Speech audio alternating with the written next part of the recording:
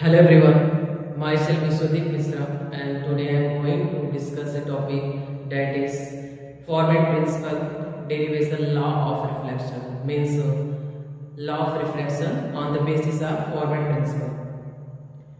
As the forward principle is stated, forward principle is stated light travel between 2 points all along the path that require the least time as compared to the other nearby path. Forward principle said that when light travel one point to other point, then light only the path which can minimum time, which can follow the least time. That's why it is also called the principle of least time. Means forward principle is also called the principle of least time. Suppose that it is point A and point B. So light have traveled point A to B. So there are a lot of path from traveling of light from A to B. Here is infinite path from traveling of light from A to B. Light can travel, light can follow this path, light can follow this path, light can follow this path. But on the basis of forward principle, what the forward principle is saying that light can follow only path which can least time. Means when the light travel from A to B and follow this path, then it will take least time. Suppose that the distance between A to B is equal to small x. The minimum of the time we set the derivative of the time with respect to x is equal to 0. Means dt upon dx is equal to 0. So through this diagram we do derivation of the law of reflection. This is a reflecting surface m dash, and this is light ray, incident light ray, and when it strike on this surface and reflected, this is reflected ray, this is incident ray, this is reflected ray. When we draw between this reflecting ray, incident ray and reflecting ray, then we get two angles between incident ray and perpendicular. This is angle of incident denoted by small I, and the angle between reflecting ray and perpendicular is denoted by small r. Suppose that this is point P, this is point Q, and this is point R, and when draw a perpendicular through P on the reflecting surface, then here we get a point P, and when we draw a line from P on the reflecting surface, then we get a point F. And suppose that the distance between P to E H1, R to F H2, and the distance between E to F small n, E to Q small x, and Q to F L minus x. So what we have to prove? We have to prove I is equal to R, means angle of incident is equal to angle of reflection. So let's PE is equal to H1, R F is equal to H2, E F is equal to small l, and E Q is equal to small x, and L F is equal to Q F is equal to L minus x. So let's angle, triangle, right angle P E Q and R F Q. On the basis of Pythagoras theorem,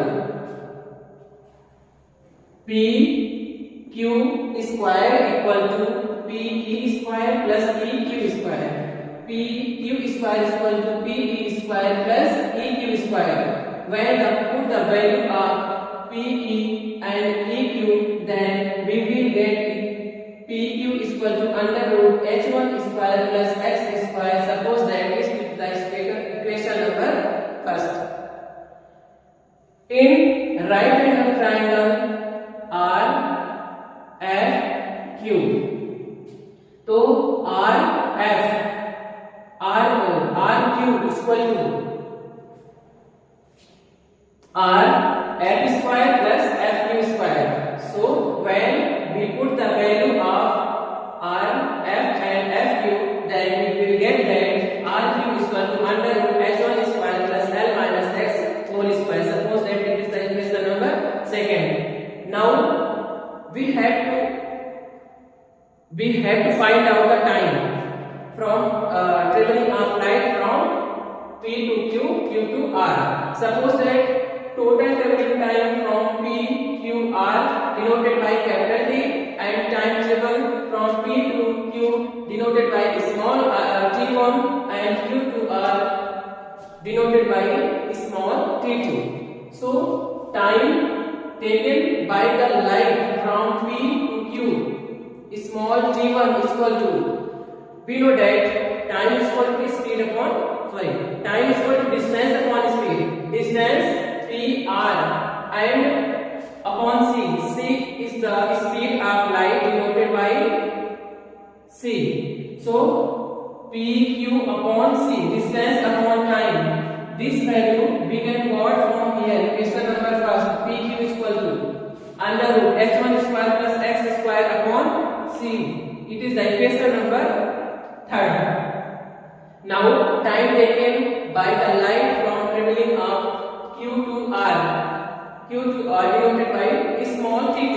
So small t2 is equal to distance upon speed. Distance QR upon C. QR value, we will get this value from the equation number second. So under root h2 square plus L minus x whole square upon C. So total time from P, Q, R, capital T is equal to small t1 plus small t2.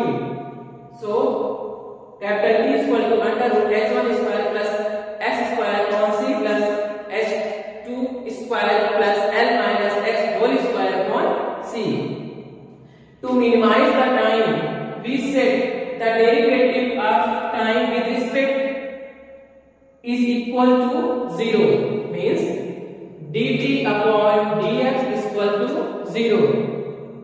So when we will give the derivative value, when we will find the derivative value, when we will do the derivation of this equation, then we will get like 2x upon, there are no any derivation of C because C is constant, the speed of light is constant for both situations. So we will not do the derivative, we cannot find the derivation of the derivative of the C. So we will do this is out of bracket, and in bracket we will get that 2x upon 2 into under root h1 square plus x square. Next, like that, C will be out of bracket, and in bracket 2 into L minus x into minus 1 upon under root 2 into under root h2 square plus L minus x whole square.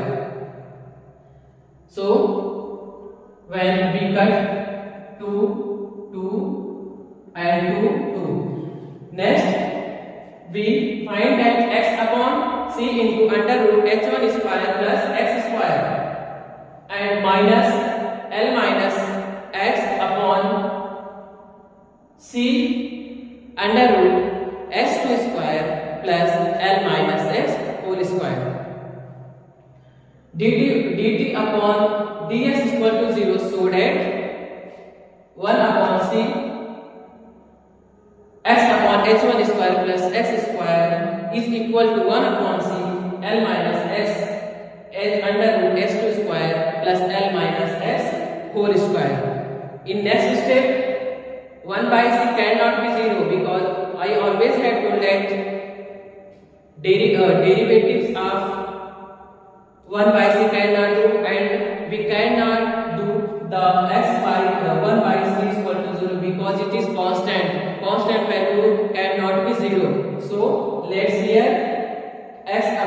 h1 square plus x upon under root h1 square plus x square equal to L minus x upon h2 under root h2 square plus L minus x whole square. Now we will take the support of trigonometry. So law of trigonometry, alternate angle will always same. This is angle I, incident angle, or this is the alternate angle of this angle, so it is also I. This is the angle R and this is the angle R, because these both are the alternate angle. According to the trigonometry law, alternate angle always same. So here in this diagram we can see here, like if we take angle EPQ equal to I, then PE equal to base and EQ equal to perpendicular, because the in front surface of an angle will always perpendicular. So that sin theta is equal to perpendicular upon hypotenuse. So sin I is equal to P upon H, perpendicular upon hypotenuse. When put the value of perpendicular and hypotenuse, then we will get that x upon under root h1 square plus x square, and angle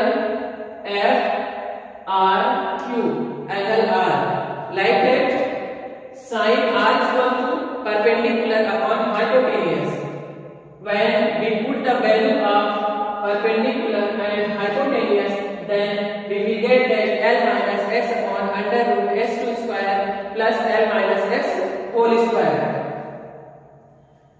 On the basis of equation number 4, here we have put that x upon under root h1 square plus x square equal to L minus x upon under root h2 square plus L minus x whole square.